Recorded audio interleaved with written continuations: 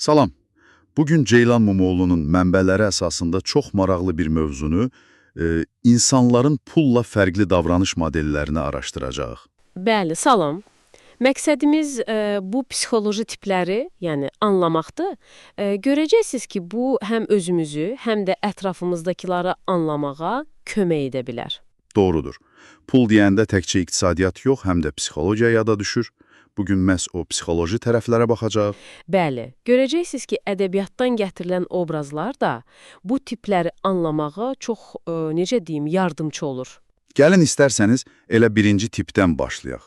Başlayaq. Mənbədə birinci Hacı Qara tipi qeyd olunur. Yəni, xəsislikdən gedir söhbət. Axundovun o məşhur obrazı kimi. Elədir. Bu tip insanlar üçün pul yığmaq əsas məqsəddir. Xərcləmək onlar üçün çox böyük bir narahatlıqdır, hətta qorxudur deyərdim. Deməli, pul onlar üçün bir vasitə deyil, məqsədin özüdür. Tamamilə. Onlar hesablarını tez-tez yoxlayırlar, pula sahib olmaqdan bir növ həzz alırlar. Bu onlara güclü bir təhlükəsizlik hissi verir. Hətta, bilirsinizmi, bəzən bankçılara belə etibar etmirlər. Maraqlıdır.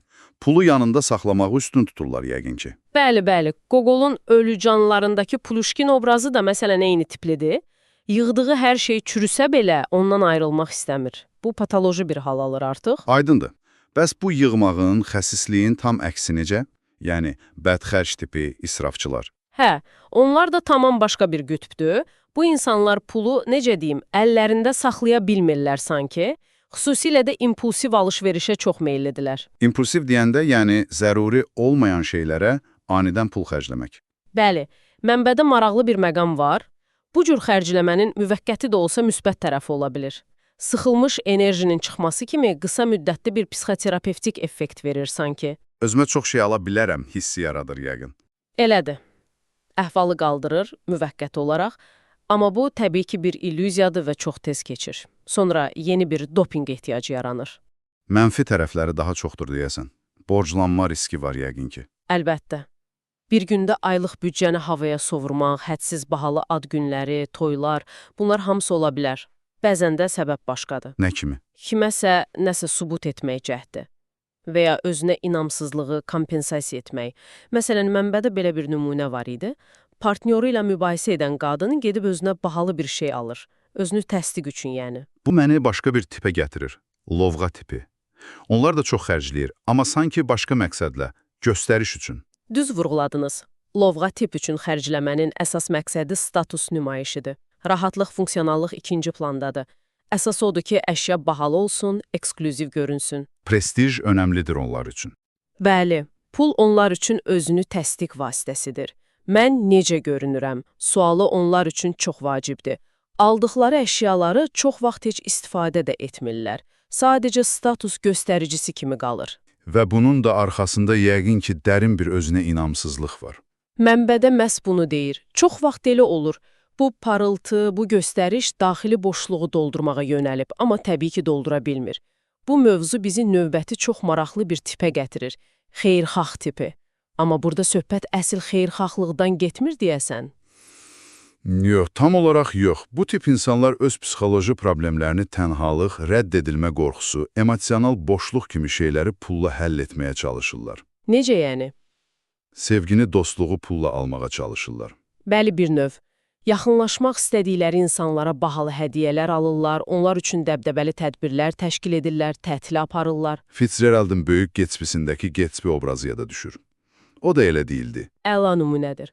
Mənbədə də məhz o çəkilir. Kasıb oğlan qeyri-qanuni yolla inanılmaz varlanır və bütün bu sərvəti, o möhtəşəm məclisləri əslində bir qadını, Deyzini və o zəngin təbəqəni heyran etmək üçün sərf edir. Amma sonda nəticə necə olur? Uğursuz olur deyəsən. Bəli, çox vaxt bu cəhdlər uğursuz olur. Çünki həqiqi sevgi, səmimi dostluq, hörmət, bunlar pulla satın alınan şeylər deyil.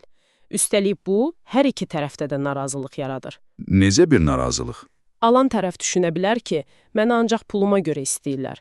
Hədiyyəni qəbul edən tərəfsə özünü borclu hissidə, manipulyasiya edildiyini düşünə bilər. Yəni, maddi dəstək heç vaxt həqiqi bağlılığın yerini tuta bilməz. Çox doğru. Bəs mənbədə başqa hansı tiplərdən danışılır? Qısaca onlara da toxunaq mümkünsə. Olar, əlbəttə. Məsələn, oyunçu tipi var.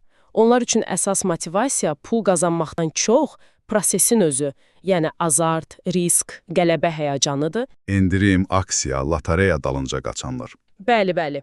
Uğurlu alışları, udduqları ilə öyünməyi sevirlər. Amma bəzən reallıq hissini itirib maliyyə çətinliklərinə düşə bilirlər. Başqa?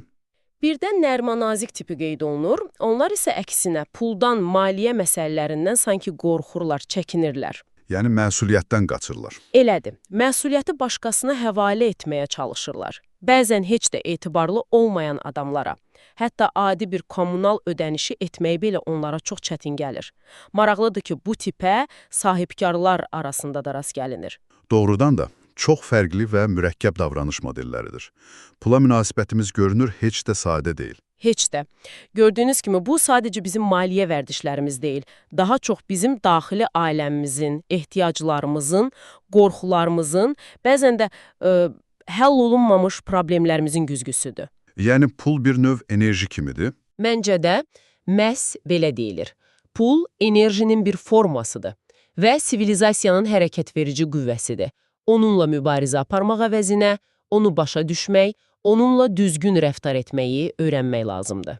Bugün biz bu fərqli psixoloji tipləri və onların pulla davranışlarını, necə deyim, biraz daha yaxından tanıdıq. Ümid edirəm bu, həm özünüzü, həm də ətrafınızdakiləri anlamağa kömək edər. Məncə də faydalı müzakirə oldu və sonda bir sual qalır bəlkə də. Bütün bu tiplərin formalaşmasında yaşadığımız cəmiyyətin onun sərvətə, uğura, göstərişə baxışının rolu nə qədərdir? Bax, bu da ayrıca düşünməyə dəyər bir mövzudur. Ümid edirik, bugünkü söhbətimiz sizin üçün maraqlı və faydalı oldu.